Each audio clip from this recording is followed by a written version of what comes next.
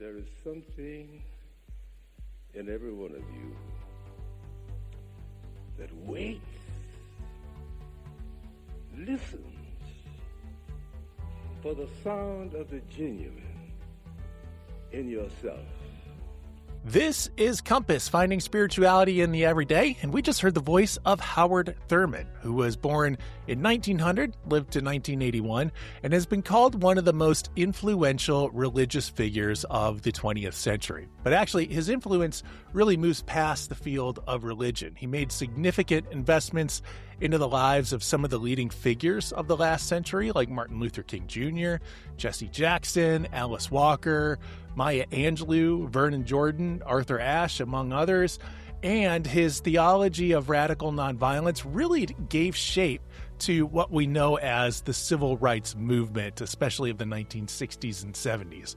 His books, including Jesus and the Disinherited, continue to influence religious thinkers today and are often mandatory reading in seminaries. Thurman served as the dean of Rankin Chapel at Howard University from 1932 to 1944. He also served as the dean of Marsh Chapel at Boston University from 1953 to 1965. In 1944, he co-founded, along with Alfred Fisk, the first major interracial, interdenominational church in the United States. In the recording that we just heard, Howard Thurman was addressing the graduating class of Spelman College in 1980. And he introduced a line of thinking that often brings me to a pause. There are questions in my life that I have a really hard time answering. Questions like, what do you need right now? Or what are 5 things that you want to do with your life? Or what makes you feel the most like you? And these questions are akin to Thurman's challenge in what we just heard. They're indicators of the genuine within ourselves. But here's the issue. I'm middle-aged. I'm far removed from the recent grads that Thurman addressed at Spelman College back then in 1980. I know I should be attuned to the genuine within me. That's there. It's kind of obvious. However, I'm afraid I really don't know how to listen to the genuine within myself. I fear the other voices, the voices of expectations, the voices of culture, even the voices of tradition. Those voices are much, much louder than the genuine within. I'm left to wonder, how does one find the genuine within? And can I, at this point in my life, find the sound of the genuine within? A little more from Howard.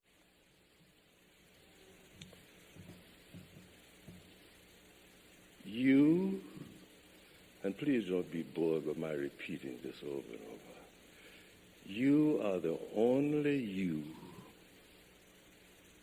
that has ever lived.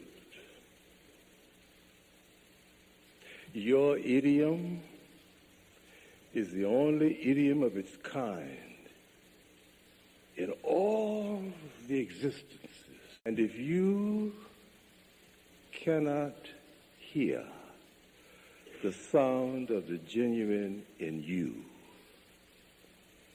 you will all of your life spend your days on the ends of strings that somebody else pulls.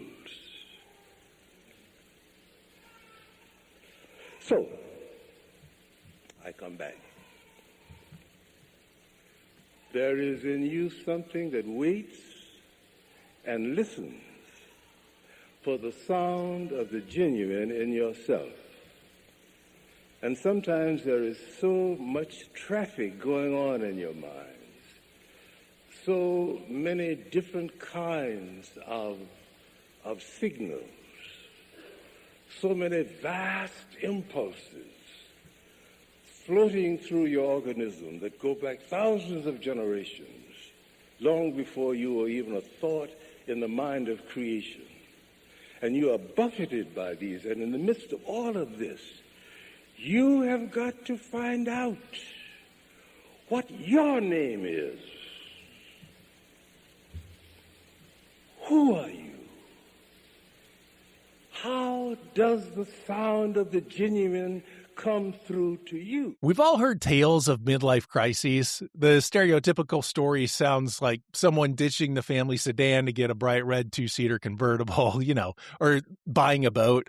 Or more modernly, it might mean rejecting a gender assumption to take on a new role in the workplace, or to quit a job that's just a paycheck, or to get a tattoo, or even to go on a solo vacation. I believe that generally these responses to midlife crises are actually authentic attempts to get in touch with or to express the genuine within.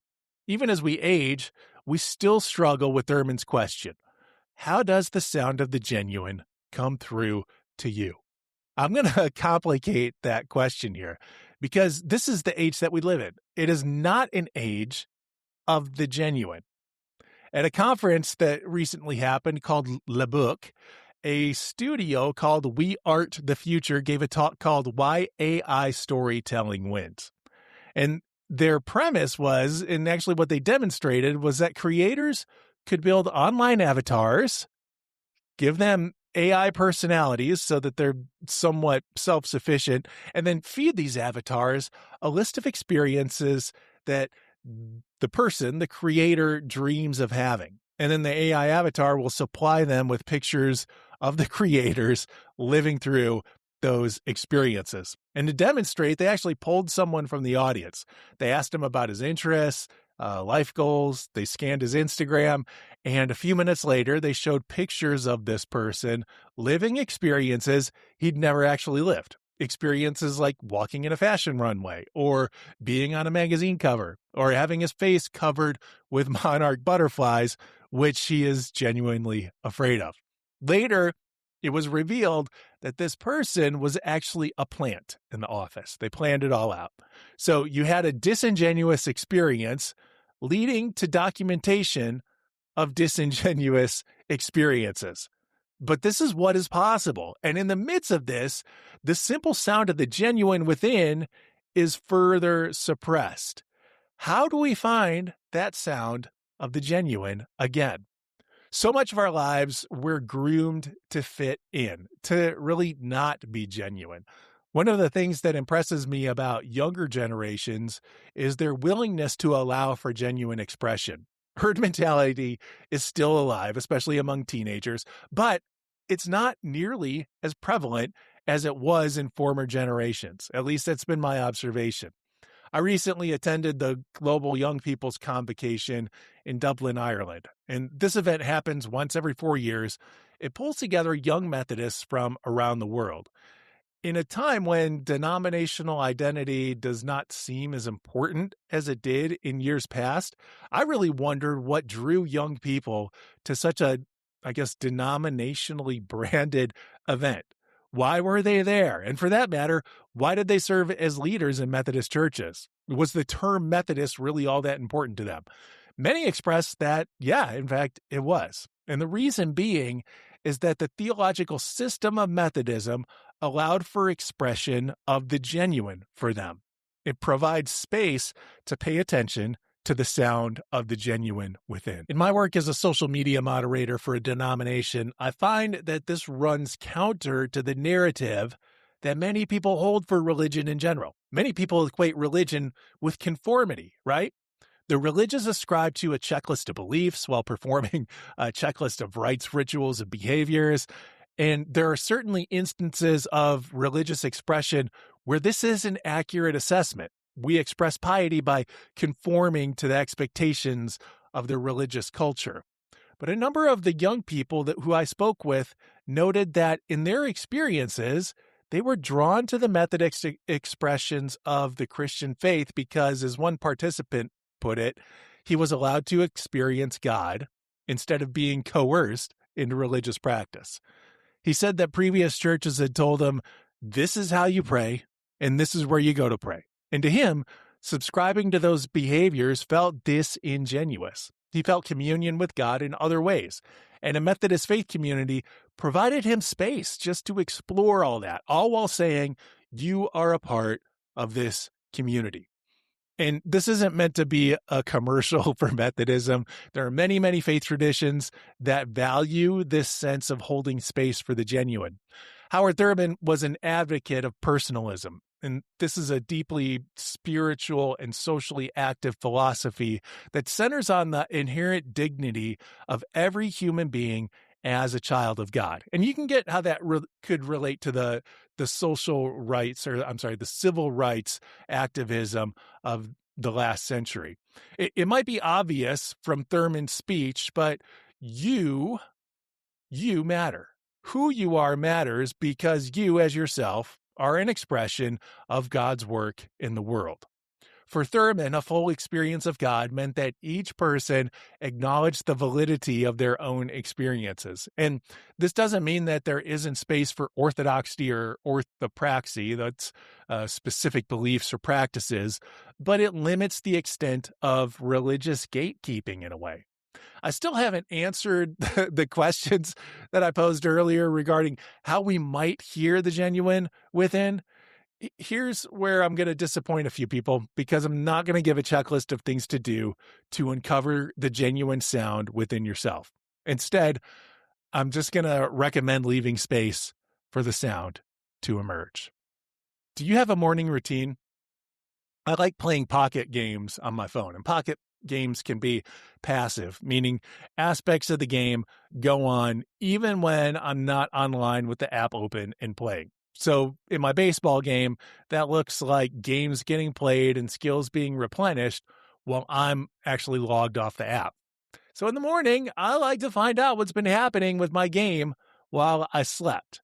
And the rub of this is that it has often looked like me picking up my phone when I first wake. Most of us grown hearing that in recognition that this is not a healthy practice. It's a bad practice. My wife and I got advised to resist that urge to grab the phone upon waking. Instead, we're to connect with each other, but we're to connect simply, just by leaving space. So the advice we got was just to be in contact with one another in some way as we wake up. So that might be just to grab and hold hands, or to hug, or to put hands on each other's hearts. And to do so without the pressure of further interaction. Because what all can we have to say that early in the morning? We just want to hold space for each other, intentionally place attention on the other person without making demands of them. What might it look like to take a practice like that and apply it to the sound of the genuine within? Can you think of a current point in your typical day in which you might turn attention to your inner self?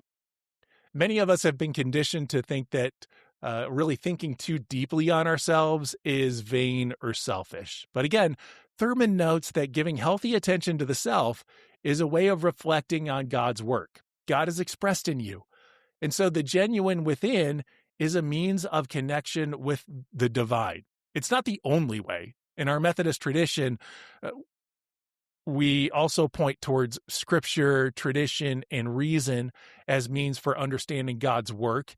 And in fact, none of those items work well in isolation from the rest. The point in dwelling on our personal experience here is that we have become so accustomed to discounting our own genuine experience and expression. Contemplative practices become important for listening to the genuine within. And past episodes of this podcast offer a number of those contemplative practices in detail.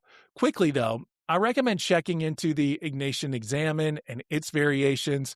Questions like, when did I feel most alive? Or when did I experience or share love today? Those are significant ways to reflect on the voice within. But I think even more important is to leave space for the sound to emerge in your own way. Practice that intentional open space. How can you turn this moment into a moment of reflecting on the sound of the genuine within? And with that, I'm going to sign off of this podcast episode. You can find out more at umc.org/compass. I'll put some links to contemplative practices on the show notes for this episode. And then I'll be back again in 2 weeks' time. In the meantime, peace to you.